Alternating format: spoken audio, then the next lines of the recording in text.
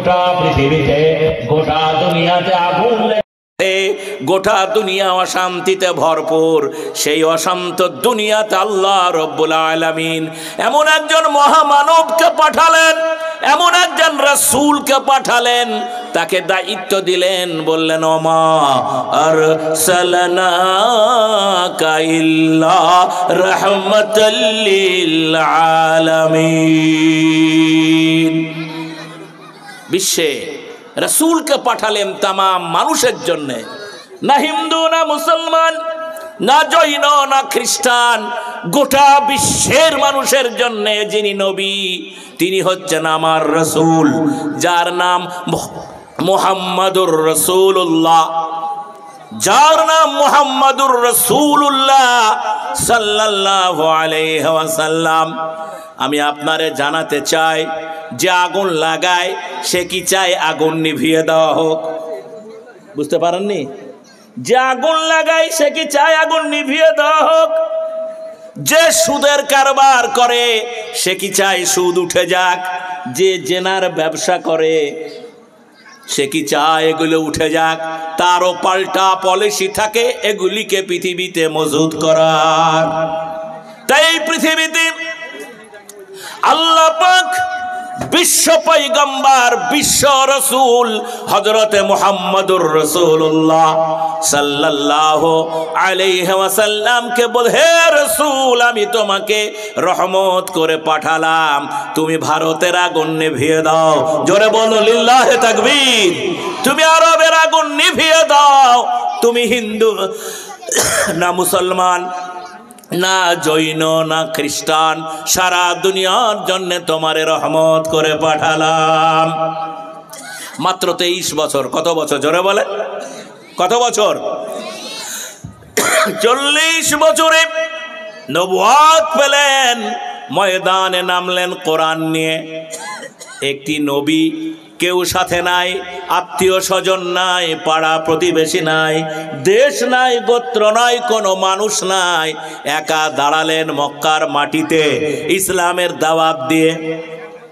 আল্লাহ পাক বলে, হে নবী তোমারে আমি দায়িত্ব দিলাম, হুয়াল্লাযী আরসালা রাসূলাহু বিল হুদা ওয়া দীনিল হক লিইয়ুজহিরাহু আলাদ দীনি কুল্লিহি ওয়ালাউ কারিহাল কাফিরুন। আল্লাহ দায়িত্ব দিলেন ইসলাম প্রচারের, সত্য দিনের। নবী কি ঘাবড়ে গেছিলেন? নবী কি দিকুদি একা একটা মানুষ, একা একটা রাসূল ময়দানে দাঁড়ালেন। কি ইতিহাস! মাত্র 23 বছরের মধ্যে গোটা পৃথিবীর সমস্ত আগুনটাকে নিভিয়ে দিলেন কোরআনের আলোকে। ভারতে সতীদাহ বন্ধ। জোরে আপনারা কি আল্লাহু আকবার বললে রাগ করেন? এদিকে তো আমার কম আশা। আল্লাহু আকবার বলে রাগ হয় নাকি? তো জোরে আল্লাহু আকবার, আরো জোরে আল্লাহু আকবার। ফলে জালসা শুনতে আসবেন মরদের মতো আসবেন। মরদ বুঝেন কি? আল্লাহর নাম এখানেও যদি নিতে না পারেন তো জয় শ্রীরাম বলেন। এটা আপনাদের বলতে বলা হয়, এটা বলেন, অসুবিধা কি আছে? ফলে মুসলমানদের অবস্থা অত্যন্ত খারাপ। আল্লাহ পাক এই যে মুসলমান, আমাদের মাঝে কোরআন আছে, আমাদের মাঝে রসুলের সহি হাদিস আছে, আমরা মুসলমান, তারপরও বিশ্বব্যাপী পৃথিবীব্যাপী মুসলমানরা নির্যাতনের শিকার। এটা কি আপনারা আমার সাথে একমত? জোরে বলে একমত। গোটা দুনিয়াতে মুসলমানরা কুকুরের থেকেও কঠিন ভাবে মার খায়। ফিলিস্তিন থেকে শুরু করে ইরাক, ইরান থেকে শুরু করে ভারত থেকে শুরু করে সারা দুনিয়াতে অবস্থা অত্যন্ত খারাপ। কেন? কি জন্যে? এটা যদি বুঝতে না পারেন, ওয়াজ কিয়ামত পর্যন্ত হবে। জালসা মাদ্রাসা 100 কেন 200 বছর থাকবে, মুসলমানদের ভাগ্যের পরিবর্তন হবে না। আর ইসলামের বিরুদ্ধে যে অপপ্রচার চলছে তারও মোকাবেলা করা যাবে না। তাহলে এই বাস্তবমুখী চিন্তা যদি না থাকে, বাস্তবমুখী যদি চেতনা না থাকে আজকের ডিজিটাল যুগেও, তাহলে তো বড় আফসোস কি বাত। আল্লামা ইকবাল কি বলেছিলেন জানেন? আজামে তুম হো নশারা, আজামে তুম হো নশারা, तमादुन में हुनूत ए मुसलमान है जिनके देख के शर्माए यहूद। यूं तो सैयद भी हो मिर्जा भी हो सब कुछ हो, बताओ मुसलमान भी हो। अल्लाह पाक की बोलছেন अफातुमिनूना बिबादिल किताब व तकफुरूना बिबाद। কোরআনের কিছু মানলে আর কিছু মানলা না, তাহলে কি হবে? সেটা আল্লাহ নিজেই বলে দিয়েছেন। পিঠ খালি থাকবে না, মাথায় টুপি মুখে দাড়ি নিয়ে বাঁচলে ও ফেরাউনও বেঁচে যাবে। ফলে ঈমান সেই জিনিস যে মুখে বলবে, হৃদয় থেকে তাকে আমল করার চেষ্টা করবে। আজ আপনাদের কাছে তাই বলছিলাম, পৃথিবীর এই দুরবস্থার কারণে নবী মুহাম্মদুর রাসূলুল্লাহ পৃথিবীতে এলেন। মাত্র 23 বছরের ব্যবধানে তিনি সুন্দর করে ইসলামের বাতি জ্বালিয়ে দিলেন।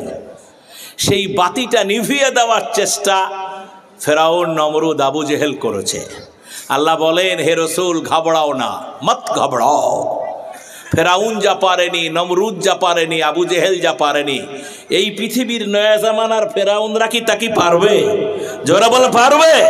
পৃথিবীর বাস্তব উদাহরণ এখন আপনাকে দেওয়া হবে। পৃথিবীতে ইহুদি এবং খ্রিস্টানরা কোনোদিন মুসলমানের বন্ধু হবে না। কি বললাম? ইহুদি এবং খ্রিস্টানরা কোনোদিন মুসলমানদের বন্ধু হবে না। পেট্রোল, ডিজেল, সোনার খনি দিয়ে দিলেও হবে না। আমার আল্লাহ বলেন, ওয়ালান তারদা আনকাল ইয়াহুদু ওয়ালান নাসারা হাত্তা তাত্তাবিআ মিল্লাতাহুম। আমার আল্লাহ বলেন, ইহুদি খ্রিস্টানরা কোনোদিন তোমাদের বন্ধু হবে না যতক্ষণ তোমরা নিজেরা ইহুদি আর খ্রিস্টান না হবে। রাজি আছেন তো নাকি? মুসলমানরা তো অর্ধেক রাজি হয়েই গেছে। তাদের চিন্তা চেতনা কালচারে ইসলাম নাই, কিছু মনে করেন না। আমাদের দুরবস্থাটা আমরা নিজেরাই। এবং আল্লাহ বলেছে, এই মুসলমান দিয়ে যখন কাজ হবে না, কোরআন সুন্নাহ থাকার পরও ছেড়ে দেবে যখন মুসলমানরা, তখন অমুসলমানদের আমি ইসলাম বানাবো, মুসলমান বানাবো, আর তাদের দিয়ে মার খাইয়ে মুসলমানদের জাহান্নামে পাঠাবো। ফলে আল্লাহর কথা কি মিথ্যা হতে পারে? জোরে বল, মিথ্যা হতে পারে? ফলে ইসলাম কি নিয়ে এসেছিল? ইসলাম দুনিয়াতে ইসলাম দুনিয়াতে যে জিনিসটা নিয়ে এসেছিল সেটা হয়েছিল শান্তি। সেই শান্তিটা কি অমুসলমানদের না থাক, মুসলমানদের ঘরে তো থাকবে। কি বলেন আপনারা? আমার ঘরে তো আমার টাকা থাকবে। তো আজকে সব থেকে বেশি অশান্তি মুসলমানদের ঘরে।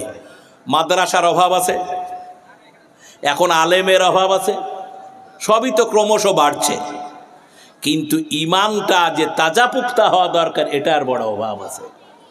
এইটাকে যদি রেডি না করা যায় তো মুসলমানরা খায়রা উম্মাত। আপনারা শুধু কালমা পড়ে গরুর গোস্ত দিয়ে ভাত খাওয়ার জন্য আল্লাহ আপনারে পাঠায়নি।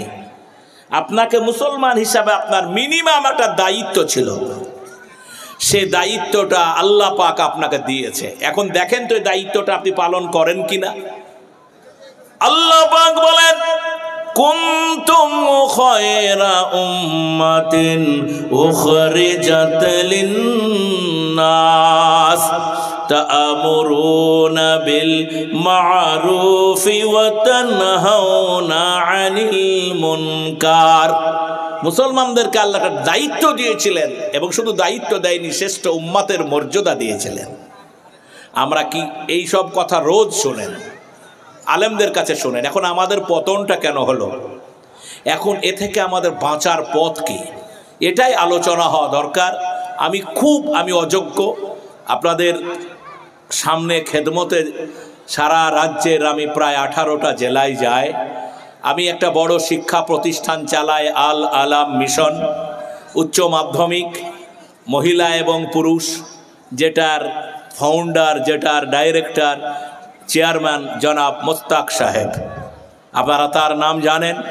তিনি বহরমপুর থেকে শুরু করে আমার বাড়ি পর্যন্ত যে ব্যবস্থা করেছেন, এটা সকল মুসলমানদের একটু দায়িত্ব আছে। এ মাদ্রাসা রক্ষা করার দায়িত্ব আপনার, দান খায়রাত করার দায়িত্ব আপনারও আছে। আমি আপনাদেরকে বলতে চাই যে আমাদের এই পৃথিবীর যে দুরবস্থা, এই দুরবস্থা থেকে বাঁচার পথ কি? আল্লাহ বাঁচানোর জন্য কোরআন দিয়ে পাঠালেন রসুলকে। এই কোরআনের আলোয় আলোকিত হয়ে গোটা পৃথিবী সুন্দর হয়ে গেল। আমরা মুসলমানরা যেখানে থাকার সেখানেই থেকে গেলাম। আমি বলছিলাম ইহুদি খ্রিস্টানদের কথা, আপনারা বড় বড় আলেমদের কাছে শুনবেন, আরও ব্যাখ্যা পাবেন, আরও গুরুত্বপূর্ণ কথা পাবেন।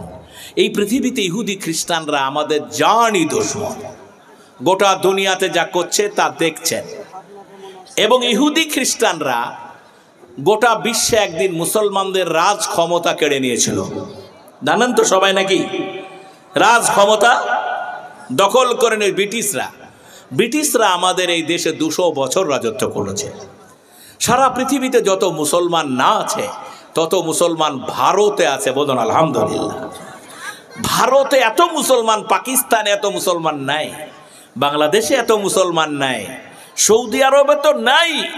ফলে ভারতে যত মুসলমান আছে তাদের যদি ইমান, তাদের যদি তারবিয়াত ঠিক হতো, তো এদেশের মানুষদের কাছে ইসলামের আলো বেশি পৌঁছে যেত। আমরা তো শিরকে বিদআত এমনভাবে লিপ্ত হয়েছি, আমরাও আড়ালে আবডালে অমুসলমান হয়ে গেছি।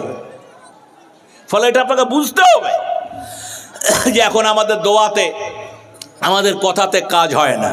তাই ব্রিটিশরা এদেশে এসে, যেহেতু ব্রিটিশরা চায় না কোরআনের আইন কায়েম হোক, ব্রিটিশরা চায় না রসুলের জীবন চরিত মানুষের কাছে পৌঁছাক, ইসলাম যদি ঠিক মতো পৌঁছাতে পারি তো পৃথিবীতে হক ও বাতিলের লড়াই হবে, এটা ঠিক, কিন্তু সত্যের জয় হবে। বলুন ইনশাআল্লাহ।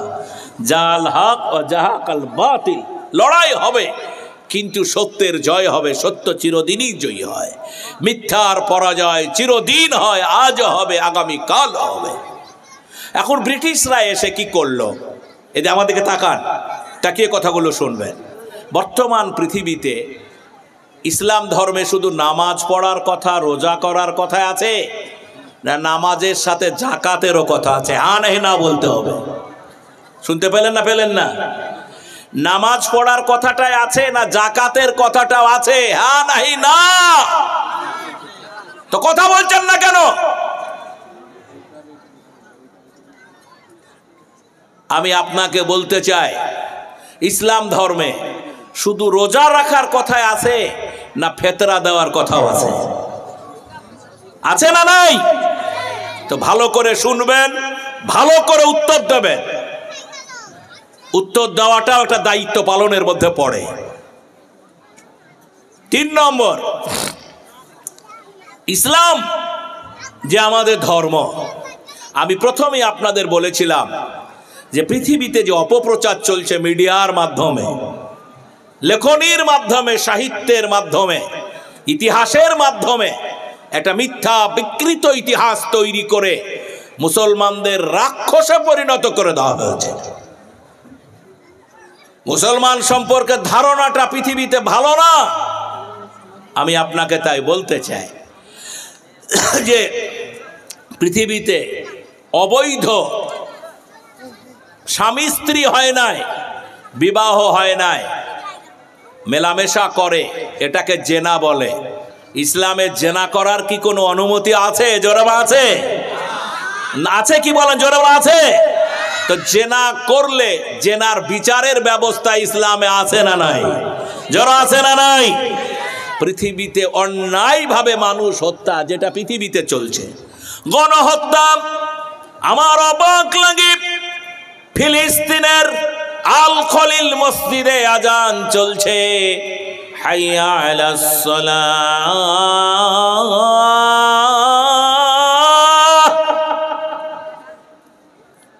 হাইয়া আলাস সালাহ।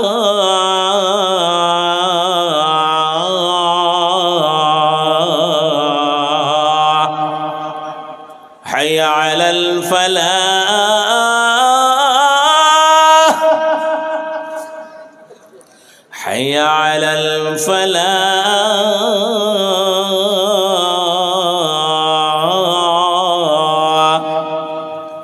الصلاة خير من النوم ফজরের আযান হচ্ছে ফিলিস্তিনের আল খলিল মসজিদে মুসলমানরা নামাজ পড়ার জন্য আসছে। গোটা পৃথিবী জানে, গোটা দুনিয়ার মিডিয়া জানে, নিশ্চুপ কথা বলে না রে মুসলমান। ফজরের নামাজের প্রথম সেজদা উঠিয়ে দ্বিতীয় সেজদা করতে পারে নাই। শত শত মুসলমানকে ফিলিস্তিনের আল খলিল মসজিদে ইসরায়েলের মিলিটারি মসজিদের মধ্যে গুলি করে মেরে দিয়েছে।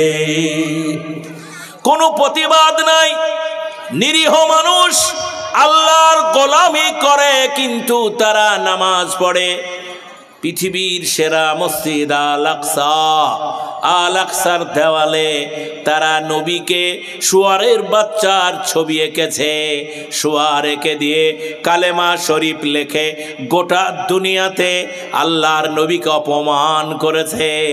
আপনি বলেন আমরা মুসলমান কোনোদিন ঈসা নবীকে কি গালি দিয়েছি? কোনোদিন সুলাইমান আলাইহিস সালামকে আমরা গালি দিই নাই? আমরা, আমার কোরআন শিক্ষা দিয়েছে 1,24,000 পয়গম্বর, এদের তোমাদের সম্মান করা লাগবে। কিন্তু আমরা মেনে চলি হযরতে মুহাম্মদুর রাসূলুল্লাহ সাল্লাল্লাহু আলাইহি ওয়াসাল্লামকে। এমনি করে গোটা বিশ্বে ইহুদি খ্রিস্টানরা আমার ঈমান, আমার তাহযীব, আমার তামাদ্দুনের উপরে ভয়ঙ্কর আক্রমণ নামিয়ে এনেছে। কথা বলতে হবে না, হবে না বলে বলে আজ বিশ্ব নীরব। একটি 8 বছরের বাচ্চা মেয়ে বাড়ি ঘর পুড়িয়ে দিয়েছে ফিলিস্তিনে, মাকে হত্যা করেছে, শহীদ করে দিয়েছে, আব্বুকেও শহীদ করে দিয়েছে। 8 বছরের বাচ্চা মেয়েকে ধর্ষণ করার জন্যে ফিলিস্তিনের ইসরায়েলি সেনাবাহিনী 8 বছরের বাচ্চা মেয়েকে কি অত্যাচার করেছে। পৃথিবী মানবাধিকারের কথা বলে, প্রেম ভালোবাসার কথা বলে, মুহাব্বতের কথা বলে। পৃথিবী তাকিয়ে দেখো, 8 বছরের বাচ্চা মেয়ে জোড়হাত করে বলে আমার মা নেই, তোমরা মেরে ফেলেছ ধর্ষণ করে, আমার আব্বা নেই, মেরে ফেলেছ। আমি 8 বছরের বাচ্চা, তোমরা ছেড়ে দাও। আজ এই খালিদ নেই, আর উমর নেই, আর আশফাকুল্লাহ নেই, তোমাদের কলজাটা টিপে ধরে আমার হেফাজত করো, খোদার কসম তোমাকে লাগে। তোমরা যদি আমার ওপর অত্যাচার করো, আমি মরে যাওয়ার পরে আমার আল্লাহকে তোমাদের বিরুদ্ধে বিচার দিব। শুনেছ না? শোনো নাই? গোটা দুনিয়াতে, গোটা পৃথিবীতেই হাল এসেছে। কেন? আমরা সত্যের পক্ষে নেই, আমরা ইসলামের পক্ষে নেই, না আমরা শান্তির পক্ষে আছি। আজ মুসলমানদের মধ্যে নামাজ নেই, ঠিক বলছি তো না? ভুল বললাম? আপনারাই বলেন। রোজা নাই, সামনে তো আগত রমজান। ইসলামের শিক্ষা মুসলমানদের বাড়িতে ঘরে নাই। তাই আজকে ইহুদি খ্রিস্টান জনগোষ্ঠী মিথ্যা অপপ্রচার দিয়ে পৃথিবীতে ইসলামের আলোকে নিভাতে চাইছে। ওরা কি পারবে? জোরে বল, কথা বল, ওরা কি পারবে? আরো জোরে বলে। ফলে ঘাবড়াবেন না। আল্লাহ আল্লাহ আমাদেরকে ভয় করতে নিষেধ করেছে, আল্লাহ আমাদের হতাশ হতে নিষেধ করেছে। ওয়ালা তাহিনু ওয়ালা তাহজানু ওয়া আনতুমুল আ'লাউনা ইন কুনতুম মুমিনিন। বলেছেন না? বলেন না? ঘাবড়ায়ও না, হতাশ হও না, ডর খাও না, তোমরাই বিজয়ী হবে যদি তোমরা মুসলমান হতে পারো, মুমিন হতে পারো। তো এখন মুমিন হওয়ার চেষ্টা করতে হবে, বলো ইনশাআল্লাহ। গোটা পৃথিবীতে এই মুমিন যেন আমরা হতে না পারি, মুসলমান যেন হতে না পারি, এই জন্য শয়তানদের একটা চক্রান্ত আছে, গোটা বিশ্বের শয়তানি শক্তির একটা চক্রান্ত আছে। এই চক্রান্ত থেকে আমাদের বাঁচতে হবে, বলুন ইনশাআল্লাহ। আল্লাহ যেন আমাদের হেফাজত করবে ইনশাআল্লাহ। এবার আমি বলছিলাম ইসলামের যে আইন শরীয়তি দিক, সেটা খ্রিস্টান ইহুদিরা পৃথিবীর সমস্ত মুসলিম দেশ থেকে ইসলামী আইনের বিরুদ্ধে অপপ্রচার করে তুলে দিয়েছে। বলেছে বর্বর আইন, এই আইন আজকের যুগে চলে না। জেনা জিনিসটা কেন ইসলাম হারাম করেছে, গণহত্যা হত্যা কেন ইসলামে হারাম করেছে, এর ডেফিনেশন কি, এর বৈজ্ঞানিক কারণ কি, তা যদি বুঝতেন, যে না থাকলে জারদ সন্তানে ভরে যাবে। অবৈধ সন্তানের আপনাকে দায়িত্ব নিতে হবে, সমাজের পবিত্রতা নষ্ট হবে। সেজন্য ইসলাম পারিবারিক বৈবাহিক নিয়মটাকে পৃথিবীতে সুন্দর করে অ্যারেঞ্জমেন্ট করেছে। যারা এটা ভেঙে দিতে চায় তারা মানবতার কোনো কল্যাণ চায় না। তো এখন জেনা ব্যভিচার হলে ইসলামে একটা বিচার ব্যবস্থা আছে না নাই? আছে না নাই? ব্রিটিশরা বলল জেনা ব্যভিচার করে ধরা পড়লে ইসলাম যে বিচার দিয়েছে সেই বিচার হচ্ছে কোমর পর্যন্ত পুঁতে দেওয়া। ঠিক বলছি তো নাকি? আর পাথর ছুঁড়ে ছুঁড়ে মেরে দাও। অবিবাহিত বিবাহিত ডেফিনেশন আছে, আমার হাতে অত সময় নাই, ওটা আপনাকে বুঝে নিতে হবে বড় বড় হুজুরদের কাছে, আলেমদের কাছে। তো আমাদের দেশে আজ থেকে 200 বছর আগে এ আইন জারি ছিল, বলুন আলহামদুলিল্লাহ। আজ 100% ইসলামী আইন না থাকলেও সৌদি আরব আমাদের কাছে একটা মডেল। সেখানে এই আইনগুলি আজও বলবৎ আছে, জোরে বলুন আলহামদুলিল্লাহ। যার ফলে সেখানে পৃথিবীতে আইন শৃঙ্খলার কোনো অবনতি হয় না। পৃথিবী তাকিয়ে দেখো। এখন আপনাদের কাছে আমার বলার যে যারা এই অপপ্রচার করে ইসলামী শরিয়াকে তুলে দিল আমাদের ভারত সহ বিভিন্ন দেশ থেকে, আপনারা জানবেন ইসলামের যে আইন, সে আইন মানুষের জন্য। কার জন্য? জোরে বলেন। এ আইন হিন্দুর জন্যে, এ আইন খ্রিস্টানের জন্যে, এ আইন মুসলমানদের জন্য। কোরআনের কোনো আইনে পার্সেলিটি নাই। এখন আমি একটু, আমাদের লোকেরা বলে যে রাজনীতি খারাপ জিনিস, বলে না? বলে না? বলে রাজনীতি দিয়ে দেশ চলছে, সমাজ চলছে, রাষ্ট্র চলছে, সব চলছে। রাজনীতি যদি ঠিক না চলে মানুষ কোনোদিন শান্তি পাবে না। এখন আমাদের দেশে আল্লাহ তাআলা ইসলামকে যখন গালিব করবে না, তখন দেখবেন যে আল্লাহ তাআলা অমাকারু অমাকার আল্লাহে আল্লাহ সুযোগ এসে যাবে। আমাদের দেশে একটি হাসপাতাল আছে, তার নাম আরজি কর। নাম শুনেছেন না? শোনেন না? হ্যাঁ না বলেন? কোথায়? জোরে বলেন, জোরে কথা বলেন।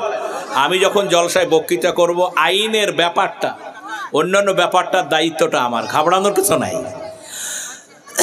আরজি কর হাসপাতাল শুনেছেন না? শোনেন না? সজল ঘোষের পানিশমেন্ট হয়েছে আজীবন কারাদণ্ড। এটা সবাই খুশি হয়নি, তার মৃত্যুদণ্ড চেয়েছে। শুনছেন তো? আমার এই কথা বলার কারণ কি, আমার এই কথা বলার উদ্দেশ্য কি? উদ্দেশ্য হচ্ছে এইটা যে আরজি কর কাণ্ড নিয়ে, একটা মহিলা নির্যাতন জুলুম নিয়ে এদেশে কত মিছিল হলো, শুনেছেন তো? ভয়ঙ্কর অবস্থা, শুনেছেন তো? শেষবারের বেলায় এই জঘন্য ব্যভিচার, যৌনাচারকে বন্ধ, নারী নির্যাতন, নারীর প্রতি অত্যাচার, তার সম্ভ্রম নষ্ট করে মেরে ফেলার বিরুদ্ধে আমাদের রাজ্যের বিধানসভাতে একটি আইন পাশ হয়েছে। সমস্ত এমএলএরা সেখানে ভোট দিয়েছেন। বিলটার নাম অপরাজিতা বিল। এবং শিশুদের যে যৌন নির্যাতন, হয়রানি করা হয়, এ ব্যাপারেও বিলটা পাশ হয়েছে। কেন্দ্রের রাষ্ট্রপতি সিগনেচার না করার কারণে এখনো বিলটা আইনে পরিণত হয়নি। আমি কেন এই কথাটা তুলতে গেলাম এই জন্যে যে ইসলাম ধর্মে যদি জেনা ব্যভিচার প্রমাণ হয়, তাহলে তার যে শাস্তির ব্যবস্থা আছে, আছে না নাই? আরো জোরে বলা আছে, হাত উঁচা করে বলা আছে না নাই? জোরে বলা আছে না নাই? ইসলামী আইনে কোন সুন্দরী রমণী কোন মহিলার উপরে বলাৎকার করবে শয়তান, কোন যুবক, তার কোনো সুযোগ নাই। এমন বিচার ব্যবস্থা ইসলাম দিয়েছে যারা এই রকম করে নারীদের সতীত্ব সম্ভ্রম মেরে ফেলে, ইজ্জত নষ্ট করে, তাদের বেঁচে থাকার কোনো অধিকার নাই। কোমর পর্যন্ত পুঁতে দিয়ে তারে পাথর দিয়ে মেরে ফেলার বিধান আছে। এই আইনটাকে ব্রিটিশরা বলল মানবতা বিরোধী আইন। এই আইন খুব কঠিন আইন। আজকে এই আইনটা বিধানসভায় যৌন অত্যাচার করে মেরে ফেলার কারণে আইনটা পাশ হয়েছে মৃত্যুদণ্ড। কারা কারা শুনেছেন একটু হাত উঠবে? মৃত্যুদণ্ড কারা কারা শুনেছেন একটু হাত উঠবে?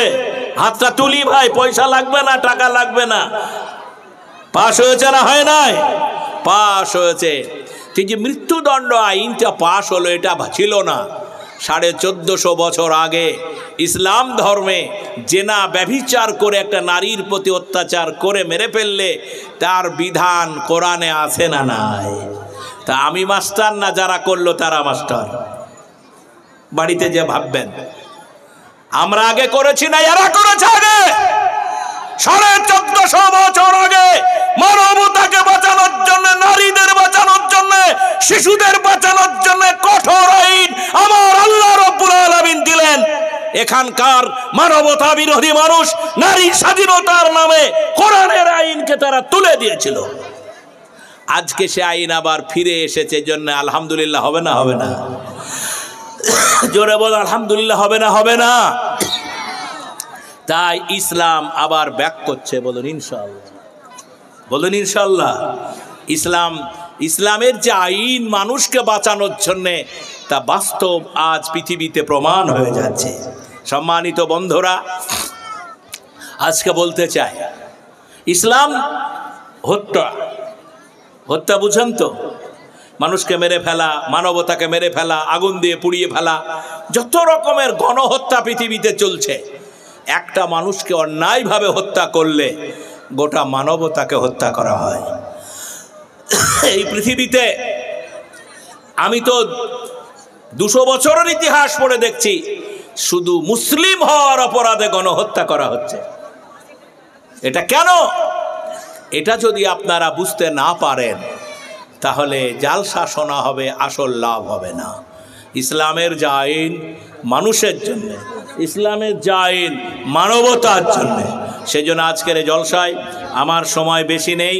আমি শুধু আপনাদের অনুরোধ করব, আজকের পৃথিবীতে 100 বছর 54তম বিরাট ধর্মীয় জলসায় রাত বোধহয় অনেক হয়ে গেল। কত হলো জানি না, 8:30 হয়ে গেছে বোধহয়, 8:30 হয়ে গেছে। আমি আর কথা বাড়াবো না। আমি শুধু আপনাদের আমি কথা বাড়াবো না, শুধু একটি কথা বলবো, আমাদের জাতির বাঁচার পথ শুধু মুসলমানরা নিজেরা বাঁচতে চায় না, মানুষকে নিয়ে বাঁচতে চায়, মানবতাকে নিয়ে বাঁচতে চায়। সেই বাঁচার কাজের আঞ্জাম দিতে হলে ভালো মানুষ তৈরি করতে হবে, ভালো মুসলমান তৈরি করতে হবে। ভালো মানুষ আর ভালো মুসলমান তৈরি করার একটা জায়গা হচ্ছে মাদ্রাসা, যেখানে কোরআনের শিক্ষা হয়, হাদিসের শিক্ষা হয়, যেখানে একটা সুন্দর করে নীতি নৈতিকতাপূর্ণ ছাত্র আলেম তৈরি করা হয়। যে কাজ আপনারা 54 বছর আগে শুরু করেছিলেন, সে কাজের দায়িত্ব নিয়েছেন যারা, জলসা কমিটি, মাদ্রাসা কমিটি, এলাকা কমিটি, আগামী দিনের ইসলামকে মানুষের কাছে পৌঁছে দেওয়ার জন্যে একজন যোগ্যতম আলেম দরকার, যোগ্যতম হাফেজ দরকার, যোগ্যতম কারি দরকার, যারা মানুষের কাছে গিয়ে ইসলামের কথা বলবে। আজকের দিনে এটা সব থেকে বড় জরুরি। প্রিয় ভারত, আমার এই ভারতবর্ষে সব থেকে বড় অভাব সাম্প্রদায়িকতার। দেশে সাম্প্রদায়িকতার আগুন জ্বলছে। এই আগুন নিভাতে পারে কেবলমাত্র ইসলাম। 1000 বছরের ইতিহাসে তার অনেক অনেক প্রমাণ আছে। আমরা তাই সকলকে বলতে চাই, সবারকে বলতে চাই, দেশ ভাগের দায়িত্ব আমাদের, গরিব হিন্দুর, গরিব মুসলমানের না। সেই 1948 সালে নেতারা দেশ ভাগ করেছিলেন, তারা জানেন আমরা গরিব হিন্দু, গরিব মুসলমান শান্তিতে থাকতে চাই। সেই শান্তির ঘরে যারা আগুন লাগাতে চাইছে তাদের সকলের ব্যাপারে আমাদের সাবধান থাকতে হবে। কেন সাবধান থাকতে হবে? এই দেশে 1000 বছর আগে মুসলমানরা এসেছিলেন, মসজিদ তৈরি করেছিলেন। এটা আপনারা সবাই জানেন যে বাবরি মসজিদের রায় সুপ্রিম কোর্টের প্রধান বিচারপতি যেদিন দেন সেদিন বলেছিলেন যে বাবরি মসজিদ ভেঙেছে তার কোনো প্রমাণ আমাদের কাছে নাই, শুধু সম্প্রীতি রক্ষার স্বার্থে জমিটা ভাগ করে দিলাম। আমরা মেনে নিয়েছি। তারপরে দেশে যত গুরুত্বপূর্ণ মসজিদ সব কিছুর নিচে মন্দির পাওয়া যাচ্ছে। এই নিয়ে আপনারা জানেন আমাদের দেশটার অবস্থা খুব খারাপ। দেশের নেতৃবৃন্দর কাছে আবেদন, এমনি করে একটা জাতির মসজিদ কেড়ে নিয়ে ইসলাম শেষ করা যাবে না। ইসলাম আপনারও কল্যাণকর কাজে লাগবে। মানবতা ইসলামের কথাই বলে। আপনারা অবাক হয়ে যায় যে সুফি সাধক পীর সাহেবদের মাজার যাদের ব্যাপারে আমাদের কিছু কথা আছে, আমরা সেটাকেও সরিয়ে রেখে বলি। খাজা আজমিরির আপনারা জানেন মঈনুদ্দিন রাজস্থানে, তার নিচেও নাকি মন্দির আছে। সম্বলপুর মসজিদ, তার নিচেও নাকি মন্দির আছে। বিচারপতিদেরকে ধন্যবাদ, এদেশের মহিলারা এগিয়ে এসেছে, যেরকম আলহামদুলিল্লাহ। মহিলারা আলেমোলামারা এগিয়ে এসে কোর্টে মামলা করেছেন। আমাদের দেশে একটি জায়গা এখনও ঠিক আছে, সেটা হচ্ছে কোর্ট, আইন ব্যবস্থা। সেখানে মানুষ বিচার চেয়েছে, বিচারপতিরা বলেছে আর এ গণ্ডগোলে তাকাবো না। 1948 সালের পরে, দেশ স্বাধীনের পরে একটা আইন হয়েছিল, যেটা মন্দির সেটা মন্দির থাকবে, যেটা মসজিদ সেটা মসজিদ থাকবে, আর এদিক ওদিক করা যাবে না। সেদিকেও বিচারপতিরা আঙ্গুল তুলে রায় দিয়েছেন। ভাইজান, আমি আপনাদের সকলের খেদমতে একটা আরজু করলাম, আমরা মুসলমান, আমাদের ইসলাম মানবতার জন্য এসেছে। আপনার ছেলেটাকে ভালো আলেম করুন, আপনার ছেলেটাকে ভালো হাফেজ করুন, দিনের দায়ী বানান, এটাই আপনার দায়িত্ব মুসলমান হিসাবে। মানুষের সাথে ভালো ব্যবহার করেন, প্রতিবেশীর সাথে ভালো ব্যবহার করেন, ইসলামের ঝান্ডা নিয়ে আগে বাড়েন। এই কথা বলে আমার বলার মধ্যে ভুল ত্রুটি হলে সকলের কাছে ক্ষমা চেয়ে নিয়ে আমি বিদায় হচ্ছে। আপনারা দোয়া করবেন, হায়াত বাকি তো আবার দেখা হবে ইনশাআল্লাহ। আল্লাহ হাফেজ। আসসালামু আলাইকুম ওয়া রাহমাতুল্লাহি ওয়া বারাকাতুহু।